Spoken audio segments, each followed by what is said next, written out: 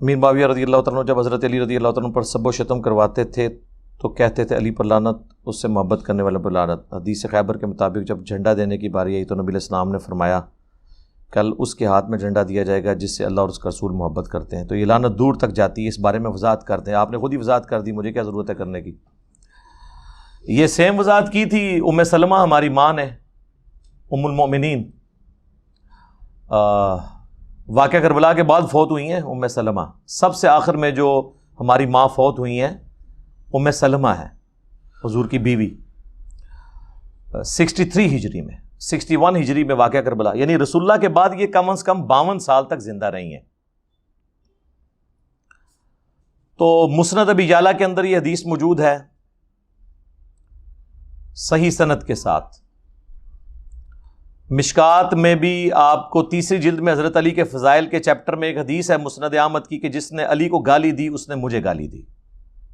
اس کے fit note پہ شیخ زبیر صاحب نے لکھا ہے یہ حدیث تو ضعیف ہے لیکن مسند ابی یعلا کی یہ روایت صحیح ہے کہ لوگوں تمہارے ممبروں پر رسول اللہ کو گالیاں دی جاتی ہیں۔ تو لوگوں نے عرض کیا کہ معاذ اللہ، ہم کیوں رسول اللہ کو گالیاں دیں گے اپنے ممبر پہ؟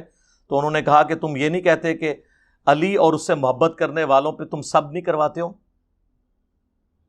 اور میں نبی کی بیوی گواہی دیتی ہوں کہ سب سے زیادہ حضرت علی سے محبت رسول اللہ کرتے تھے، لہٰذا جب تم یہ کہتے ہو نا علی سے محبت کرنے والوں پہ لعنت یا ان پہ سب کرتے ہو تو یہ تم رسول اللہ کے اوپر یہ بات کر رہے ہو، نعوذ باللہ من ذالک۔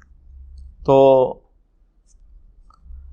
ظاہر ہے کہ یہ بات تو بڑی دور تک جاتی ہے، تو سوچنا چاہیے نا، جنہوں نے کیا ہے ان کو بھی سوچنا چاہیے، جو ان کا دفاع کر رہے ہیں ان کو بھی سوچنا چاہیے۔ باقی میری ویڈیوز ریکارڈڈ موجود ہیں، آپ دیکھ سکتے ہیں۔ علی بھائی، اکثر لوگ آپ کا ایک کلپ کاٹ کر کہتے ہیں جس میں آپ نے کہا کہ یوراج سنگھ کو ولی کہا تھا۔ او میرے بھائی، یہ آؤٹ آف کانٹیکسٹ ہے۔ یہ تو اسی طریقے سے قرآن میں لکھا ہے حضرت عیسیٰ اللہ کے بیٹے ہیں، لکھا ہوا ہے، لیکن ساتھ لکھا ہے لقد کفر الذین قالوا ان اللہ هو المسیح ابن مریم، اور لقد کفر الذین قالوا ان اللہ ثالث ثلاثہ۔ وہ کافر ہیں جو کہہ رہے ہیں اللہ تین میں سے ایک ہے اور اللہ عیسیٰ ابن مریم ہے۔ یہ تو آؤٹ آف کانٹیکسٹ ہے نا، اگر آپ اتنا لے لیں۔ میں نے یہ کہا تھا کہ اگر کوئی شخص ولایت یہ مانتا ہے کہ کوئی کرتب کر کے دکھا دے یا روٹین سے ہٹ کے کوئی کام کروا دے، چاہے اس کے عقیدے برے بھی ہوں، تو پھر یوراج سے بڑا کوئی ولی نہیں ہے۔ یہ میں نے پھکی الزامی طور پہ یہ کہا تھا۔ اور میں تو تہاڈے ولیاں نو ولی مننے سے تیار نہیں ہاں، تو میں سکھاں دے ولیاں نو کتوں ولی مان لینا ہے؟ پھکی میں تو جو کرائٹیریا بنایا ہوا ہے صحابہ اور اہل بیت والا، وہ میں تہاڈے بابے نو نہیں منتا تو سکھاں نو میں کتوں مننا ہے؟ وہ تو ویسے ہی کافر ہیں لاجیکلی۔ تو وہ میں نے پھکی دی تھی کہ اس نے انگلینڈ کے بالر کو یہ دھمکی دی تھی کہ میں تجھے پوچھ لیتا ہوں، اور یہ تاریخ میں پہلی دفعہ ہوا ہے اور شاید آخری دفعہ ہو کہ ایک فاسٹ بالر کو 6 بالوں پہ 6 چھکے مارے ہیں اس نے، انگلینڈ کے بالر کو۔ سپنرز کو گیری سوبر نے مارے ہیں، پچھلے دنوں اس نے بھی مار دیے ہیں، پولارڈ نے، لیکن فاسٹ بالر کی تو کوئی ایک آدھ بال تو کوئی یارکر بھی لگ سکتا ہے، وہ کیچ ہو سکتا ہے، کوئی سنک نکل سکتی ہے، چھکے کے بجائے چوکا ہو سکتا ہے، یہ بھی چانس ہوتے ہیں۔ تو میں کہ پھر انہوں ولی مان لو تسی، انہیں تو کر کے دکھاتا جے، اور تواڈے سارے ولی کٹھے ہو کے نا کوئی ایک پاکستانی بیٹسمین کو 6 چھکے دوا دیو تو تہاڈا ولی بھی مان لاں گا۔ تو یہ میں نے الزامی بات کی تھی، وہ میرا پورا کلپ آپ دیکھیں۔ یہ جو کلپیاں کاٹ رہے ہیں نا سر، یہ تو قرآن سے بھی آپ کتنی باتیں کاٹ سکتے ہیں۔ نماز کے قریب مت جاؤ، آگے لکھا ہے جب تم نشے کی حالت میں ہو۔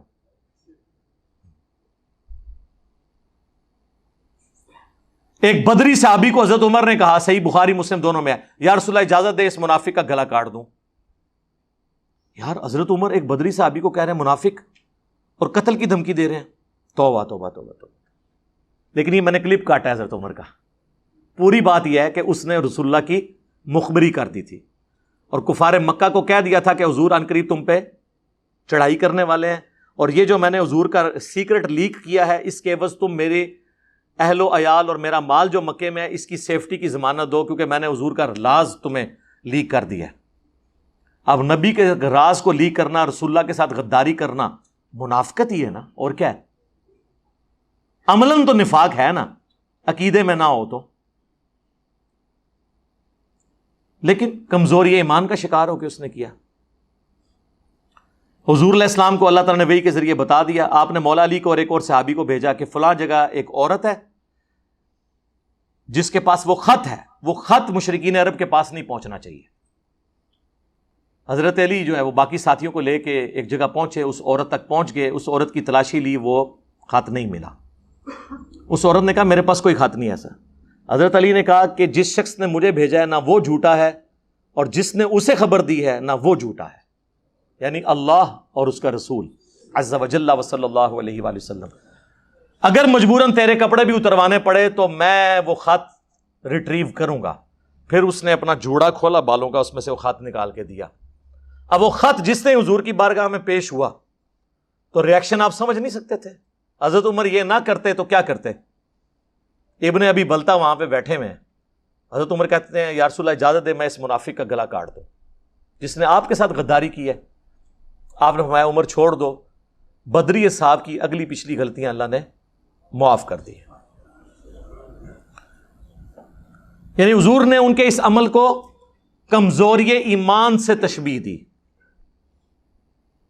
اور ان کی نیکی کی وجہ سے ان سے صرف نظر کر دیا، بدری ہونے کی وجہ سے. حضرت عمر پہ بھی کفر نہیں لوٹا اس کو کافر کہہ کے. کیوں؟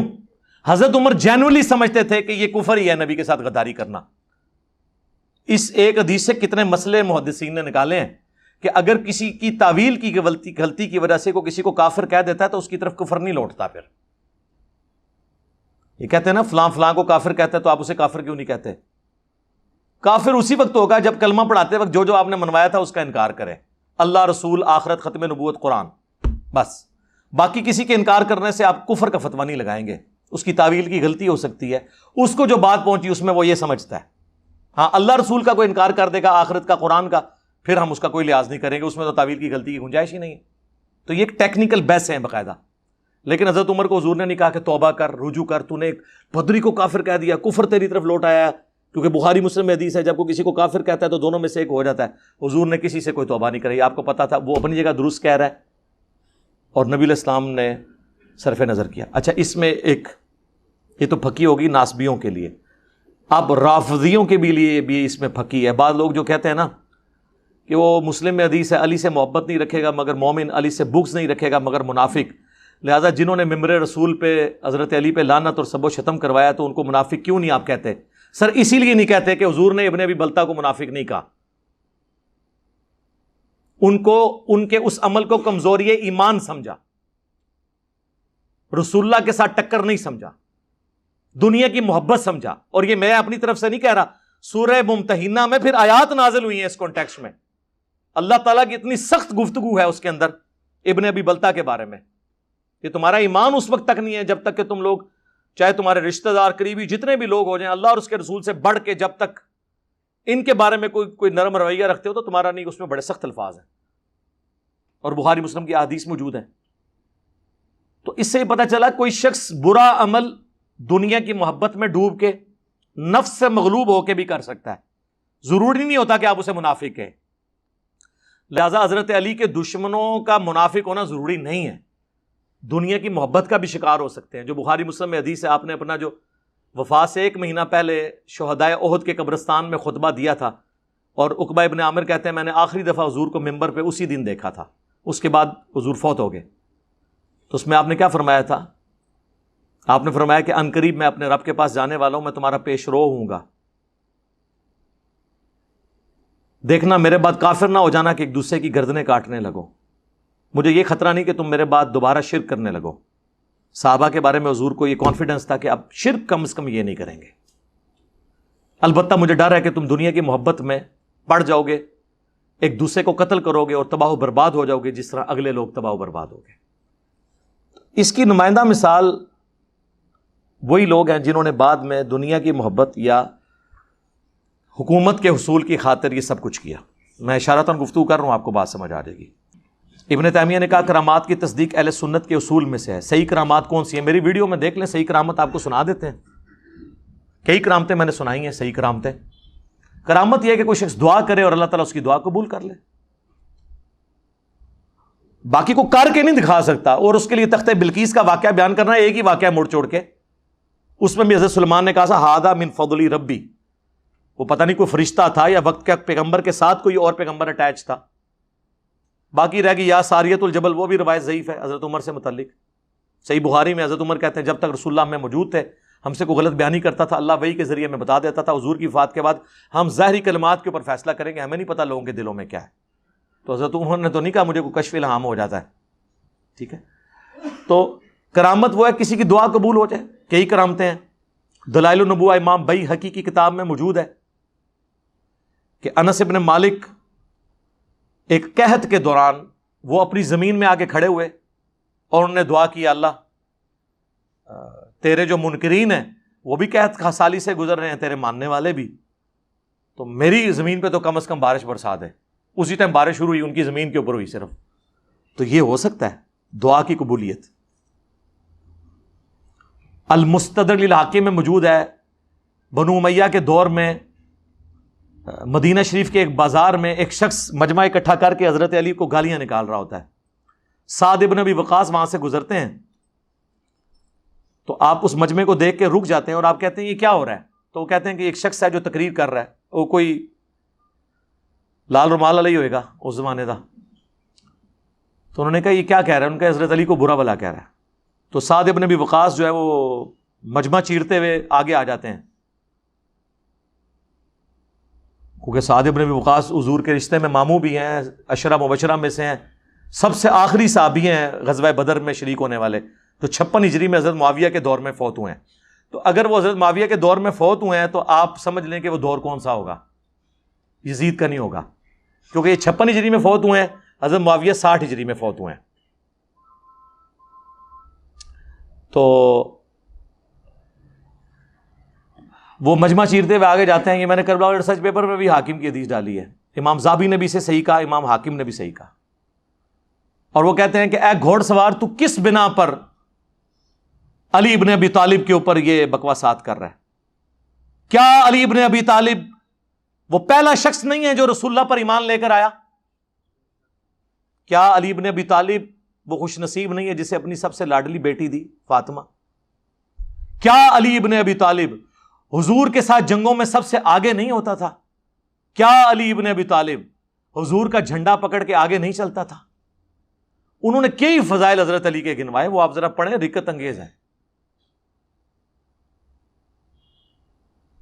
پھر انہوں نے کہا کہ اے اللہ یہ تیرے اولیاء میں سے ایک ولی کو گالیاں دے رہا ہے، اپنی قدرت کا کرشمہ یہیں پر دکھا کہ یہ مجمع چھٹے نہ اور اسے سزا ملے. اسی مجمع میں اس کا گھوڑا بدکا اور اس نے اس سوار کو زمین پہ پٹکا، پاس ایک پتھر تھا اس کے اوپر اس کا سر لگا اور وہیں اس کا بھیجا نکل گیا. مجمع چھٹنے سے پہلے ہی وہ وہاں پہ مر گیا. تو یہ بھی کرامت ہو سکتی ہے. ہماری اس سٹیج کی کرامتیں بھی آپ دیکھیں نا، کتنے ناسبی ہیں جو ٹھیک ہو گئے ہیں، کتنے فرقے ہیں جن کو مان تھا اپنے فرقوں پہ. اب تو کچھ فرقے ہیں وہ تو تعداد میں ہماری اس دعوت حق سے جڑے ہوئے لوگوں سے بھی چھوٹے فرقے ہو گئے.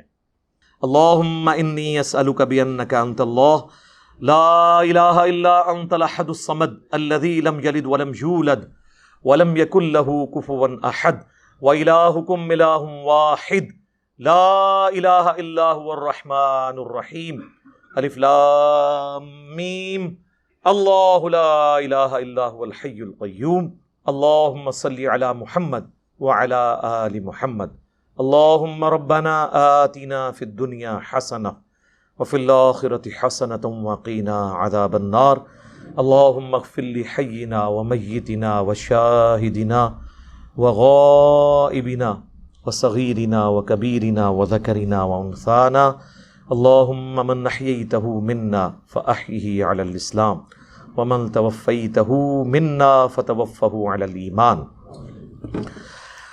اے اللہ ہماری ہمارے ماں باپ کی ہمارے بیوی بچوں کی پوری امت کی مغفرت فرما. اے اللہ ہماری ہمارے ماں باپ کی ہمارے بیوی بچوں کی پوری امت کی تمام دینی دنیاوی جسمانی روحانی ظاہری باطنی پریشانیاں تکلیف مصیبتیں دکھ بیماریاں دشواریاں دور فرما. اے اللہ ہمارے ملک پاکستان کی خیر فرما، پورے عالم اسلام کی خیر فرما، اندرونی اور بیرونی خطرات سے محفوظ فرما.